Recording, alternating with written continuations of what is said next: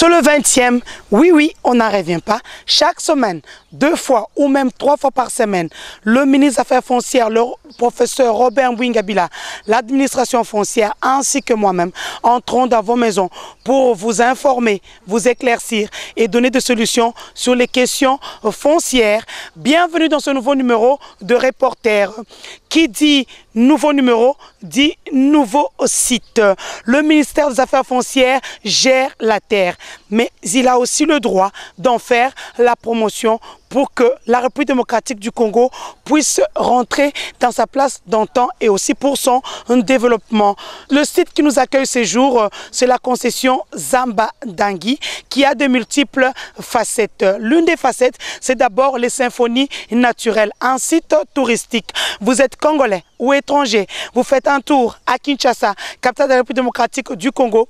Quoi de plus bon de faire un tour par ici et visiter la nature congolaise? L'autre facette est celle, les reporters vous ont montré en image les nouvelles maisons construites. Elles sont modernes par des Congolais. C'est pour montrer à quel point l'investissement, les Congolais ont compris qu'il n'y a pas mieux d'investir dans le bâtiment. Et qui dit bâtiment, dit le foncier.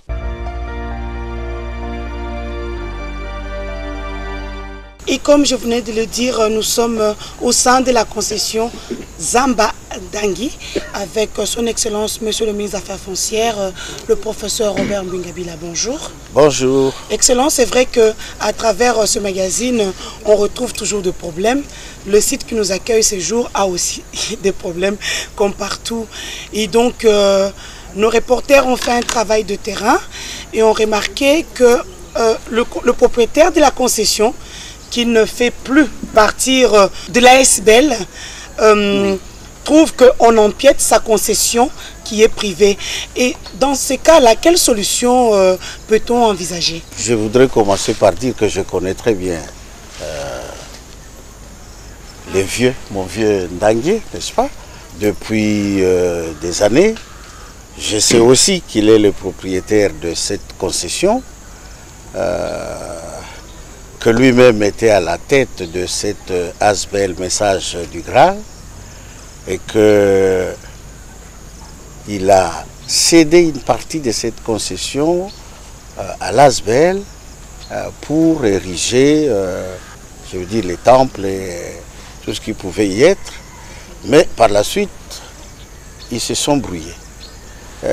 Les autres n'ont plus voulu le reconnaître comme étant le responsable de l'ASBL, mais ont quand même tenu à vouloir continuer d'être le propriétaire de cette partie de la concession qu'il a cédée à l'ASBL dont il était le président. Donc effectivement c'est un conflit. Je pense qu'ils sont allés devant les cours et tribunaux. Et comme vous le savez, d'habitude, lorsque un dossier est en instance judiciaire, l'administration a les mains liées.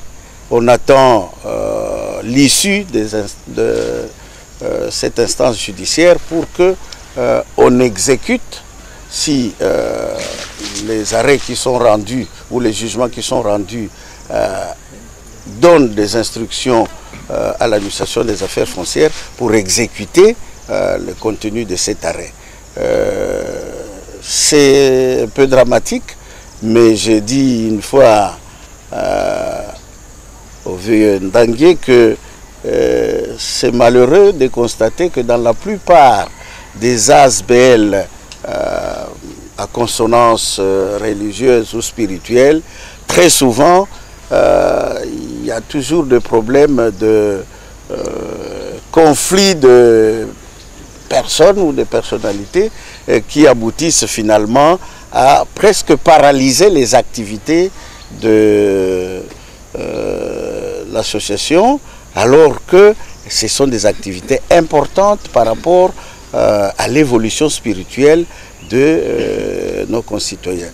Je souhaite vraiment qu'ils puissent trouver une solution. Dans tous les cas, personne n'est ni le droit de propriété sur l'ensemble de la concession au vieux Ndangui, mais il est un fait qu'il a céder une partie de cette concession à l'ASBL Message du Graal à un moment donné, dans des circonstances données.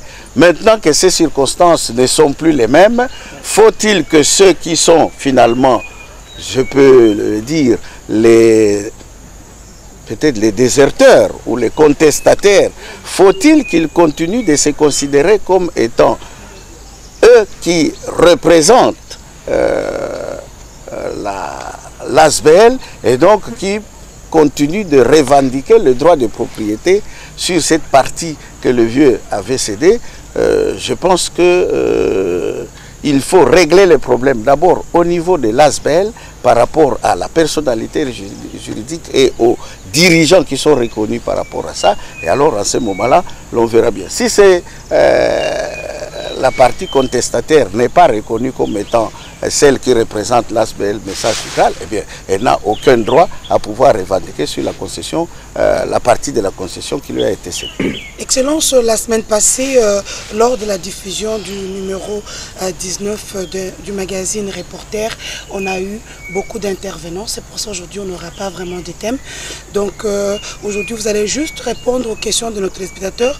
Et je voudrais aussi éclairer l'opinion que vaut mieux envoyer un SMS au lieu d'appeler, parce que c'est à partir des SMS qu'on vous aide plus facilement. Et puis merci à tous les téléspectateurs qui participent massivement à ce magazine. La première question d'un téléspectateur est M. Samba de Limité à Montelfikine. Il veut savoir, doit-on exiger des frais en cas de mutation ou de transfert de propriété du vendeur à l'acheteur? Ben oui, évidemment. Dans l'arrêté interministériel que nous signons chaque année, le ministère des Affaires foncières et le ministère des Finances, il existe bien une rubrique qui s'appelle effectivement mutation, n'est-ce pas? La mutation, c'est le fait de pouvoir effectivement transférer le droit de propriété qui est le vôtre à celui qui a acheté par exemple votre immeuble. Eh bien, il y a des frais qui sont exigés et ce sont des frais proportionnels, n'est-ce pas? Vous payez en principe, pas en principe, vous payez 3% vénal de l'immeuble. Ce que nous constatons malheureusement, c'est que vous avez discuté, vous les vendeurs et l'acheteur, vous avez convenu des montants donnés pour votre immeuble. Prenons 500 000 $, et parce que vous savez que sur ces 500 000 $, vous devez payer 3%, plutôt que de venir déclarer à l'administration foncière cette valeur de vente de votre maison de 500 000, ce que nous constatons souvent, c'est qu'il y a une tendance systématique à la sous-évaluation. Au lieu de 500 000, on vient nous dire non, ma maison, je l'ai vendue à 100 000. Donc on fait des faux avec un acte de vente où on met 100 000 pour que vous puissiez payer 3% de 100 000 au lieu de payer 3% de 500 000. C'est comme ça que nous avons donné instruction à toutes nos circonscriptions foncières lorsqu'il y a mutation, n'est-ce pas, et que vous avez des doutes sérieux par rapport à la valeur déclarée de la vente, eh bien, il faut envoyer nos experts immobiliers qui vont, eux, évaluer la maison qui fait l'objet de la vente, et les 3% seront calculés non pas sur la valeur déclarée, parce qu'on sait qu'elle est sous-évaluée, elle est sous-estimée, mais sur la valeur qu'aura dégagé l'évaluation faite par nos experts immobiliers. Et c'est sur ces montants-là que nous allons vous calculer les 3% des droits proportionnels qu'il faut payer au terme de la mutation que vous avez que vous devez opérer parce que vous avez cédé votre droit de propriété à votre acheteur. Excellence, vous êtes à la recherche des investisseurs, du partenariat par-ci par-là. C'était le sujet du magazine passé. Mais il y a un monsieur qui se demande, ça fait un bout de temps, vous ne signez plus de contrat de concession agricole. Comment vous voulez encourager les investissements dans ce secteur? Nous devons bien préciser les choses. Compte tenu de ces nombreux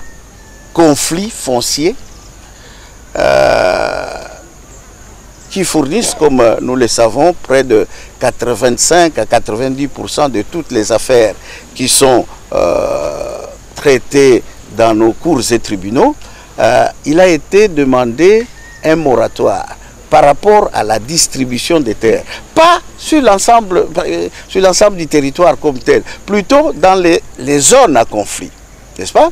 Ainsi, Kinshasa, n'est-ce pas?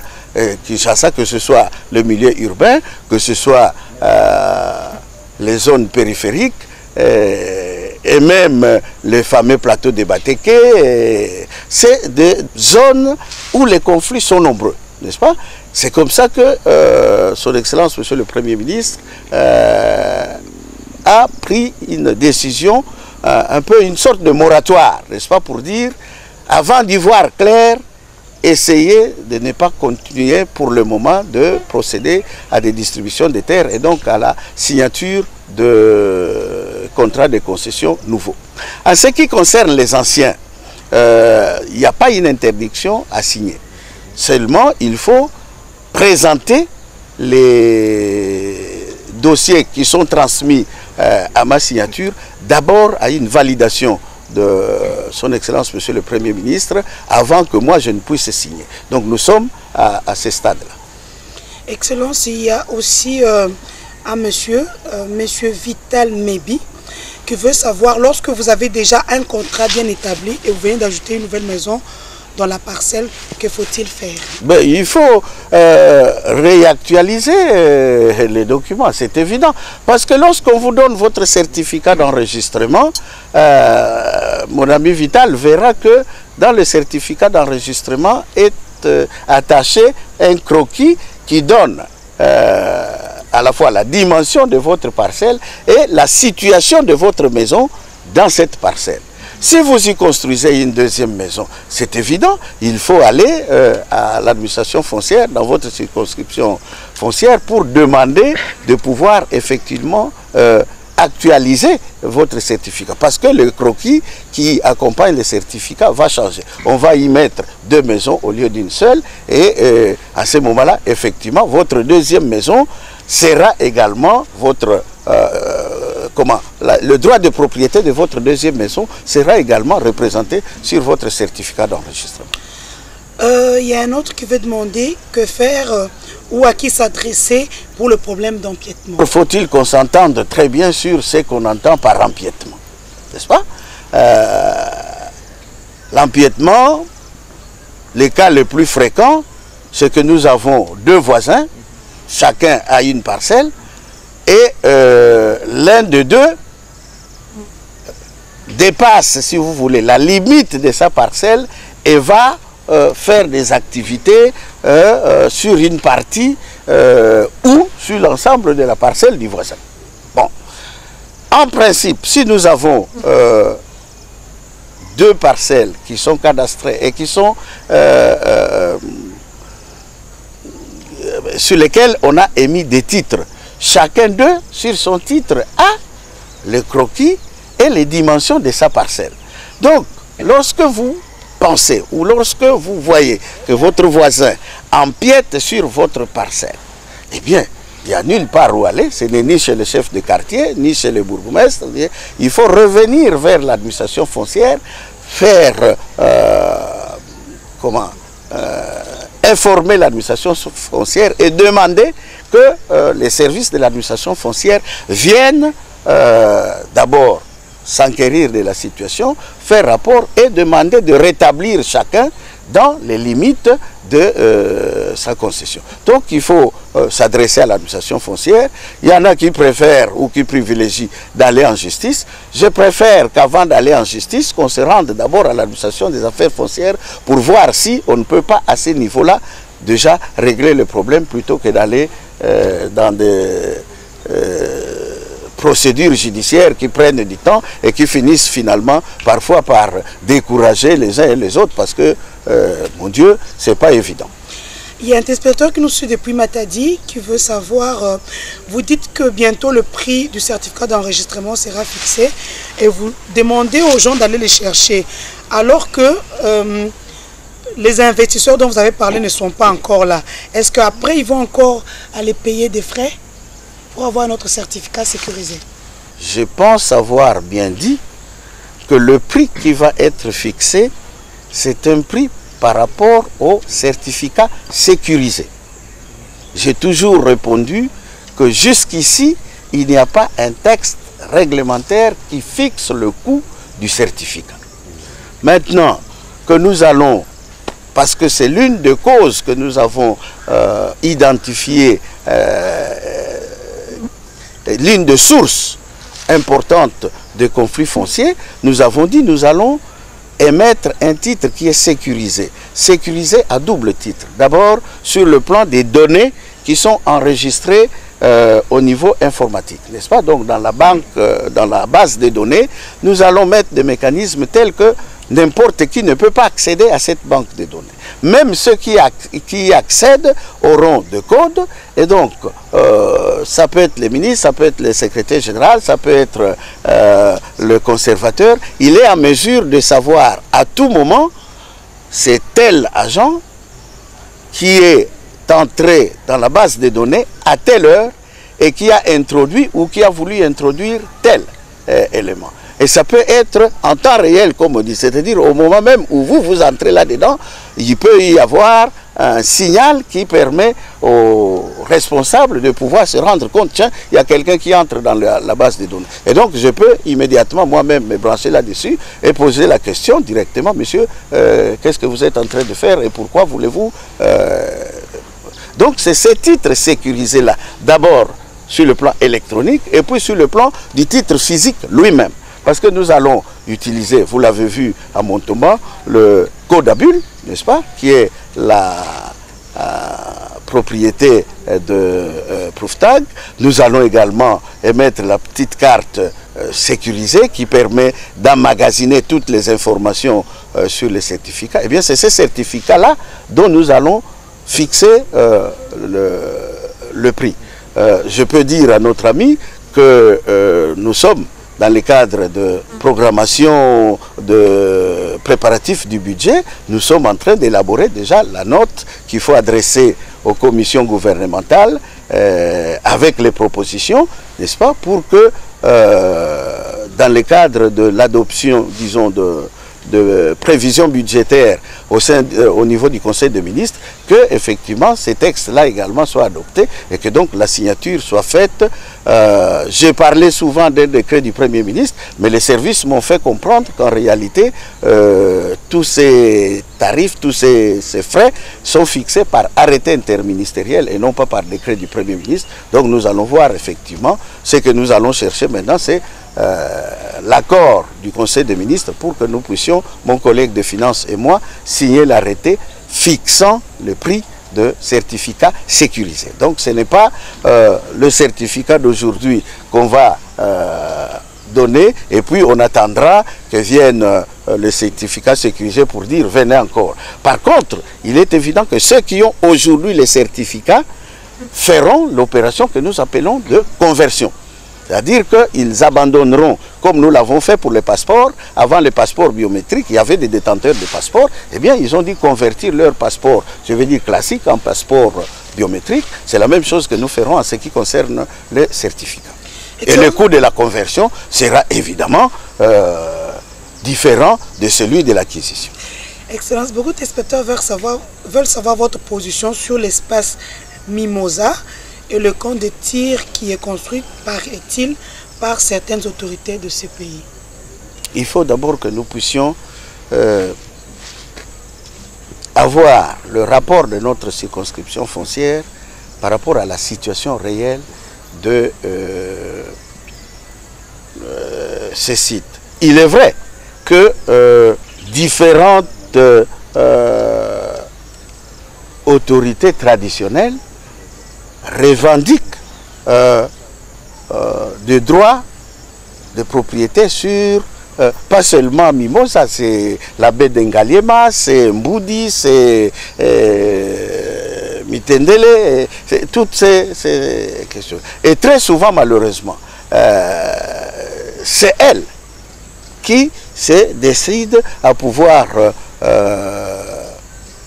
morceler et vendre des parcelles. Ici où nous sommes, je pense que le vieux Dag ne me démentira pas, il a également pendant longtemps eu des problèmes avec une autorité traditionnelle, se disant propriétaire de par ses parents, contestant même les transactions qu'il y a eu entre le vieux Ndangue et justement ses parents pour dire non, ceci m'appartient. Et à un moment, elle s'est mise à lotir aussi, alors que c'est une concession qui est, comment je veux dire, sur lesquels le vieux Ndangue a tous les titres de propriété qu'il faut, n'est-ce pas? Donc, Mimosa, ce que je veux dire, c'est que ce n'est pas un lotissement qui a été créé par l'administration des affaires foncières. Et donc, je considère pour la plupart, de façon générale, que tout ce qui s'y fait comme construction, c'est des constructions anarchiques. Et malheureusement, les constructions anarchiques ont pour destination la démolition. Monsieur Kizal... Même s'il s'agit des autorités qui construisent. Il n'est pas dit que les autorités sont au-dessus de la loi. Monsieur Kizal Kuita veut savoir où en êtes-vous avec la mesure de démolition des constructions se trouvant aux côtés des rails de la commune de Kinshasa, Lingwala, Barumbu et Kingabwa.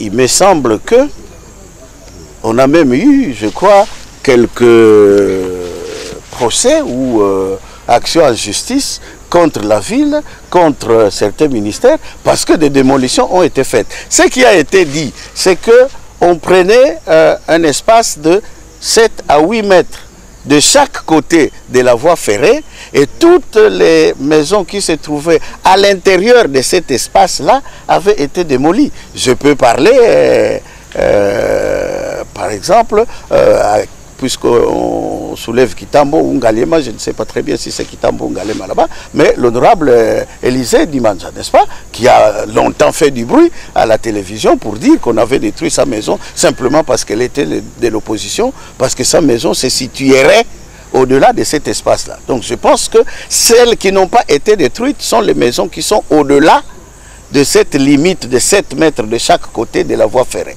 Toutes celles qui ont été à l'intérieur de cet espace-là ont été détruites.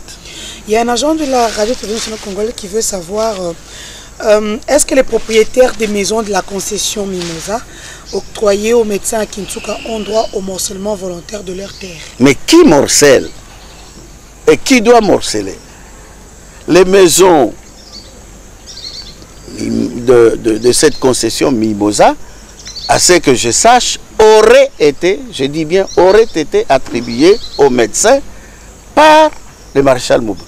Je n'ai pas l'impression, c'est une mauvaise habitude que nous avons de pouvoir se dire, voilà, moi j'ai reçu cette maison-là, mais j'estime que maintenant la parcelle est assez grande, je vais la diviser en 2 ou en 3 pour commencer à vendre. C'est pas cela, c'est que l'État vous a donné, c'est un espace et il faut le considérer comme un bloc unique, il ne faut pas commencer à faire les choses. Cette mauvaise habitude, nous l'avons acquise, je crois, à partir de maisons des cités africaines, n'est-ce pas?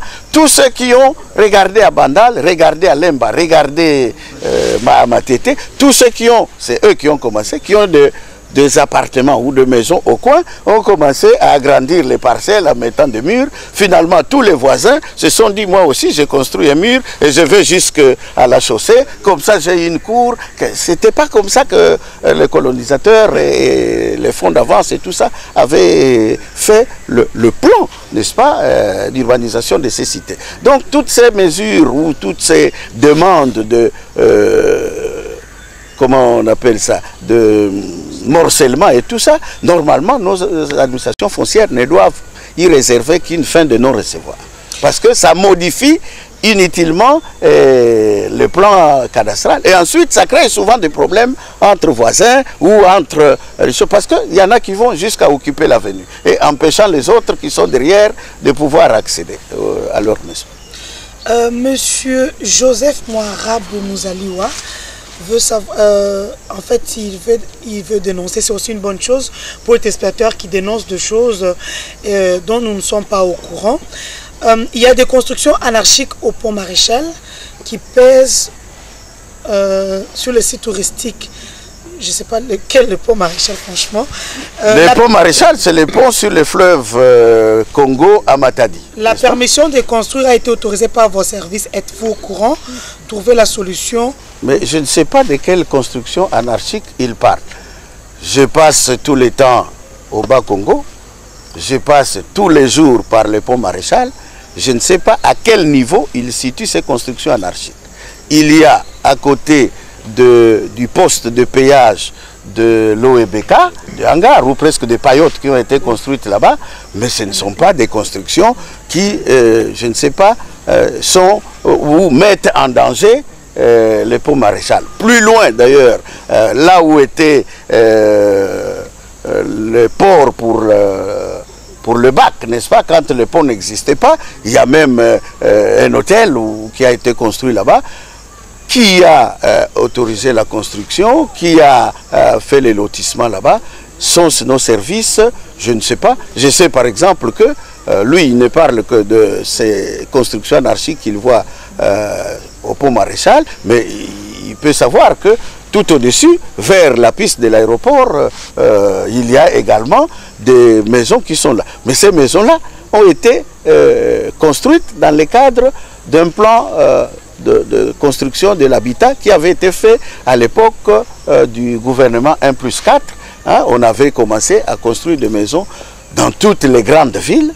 Bon, le projet n'a pas abouti, mais je ne peux pas toujours dire, chaque fois qu'il y a une construction à gauche, à droite, ah, c'est l'administration foncière. Je sais qu'il y a des abus qui sont faits par certains de nos agents, mais la plupart du temps aussi, surtout en province, que ce soit les autorités provinciales, que ce soit les autorités locales, urbaines et municipales, là aussi on prend beaucoup de décisions pour dire, bon, on va construire ici, on va construire là-bas, et je ne peux pas le dire. Mais s'il y avait des constructions qui mettraient en danger le pont Maréchal, mon cher Marabout, vous pouvez être sûr, je serai le premier à pouvoir venir avec les tracteurs et les raser complètement. Excellence, on va terminer sur une bonne note. Monsieur Jean demande, que pensez-vous de toutes les maisons qui envahissent les cimetières d'Ouvira qui en voie de disparition?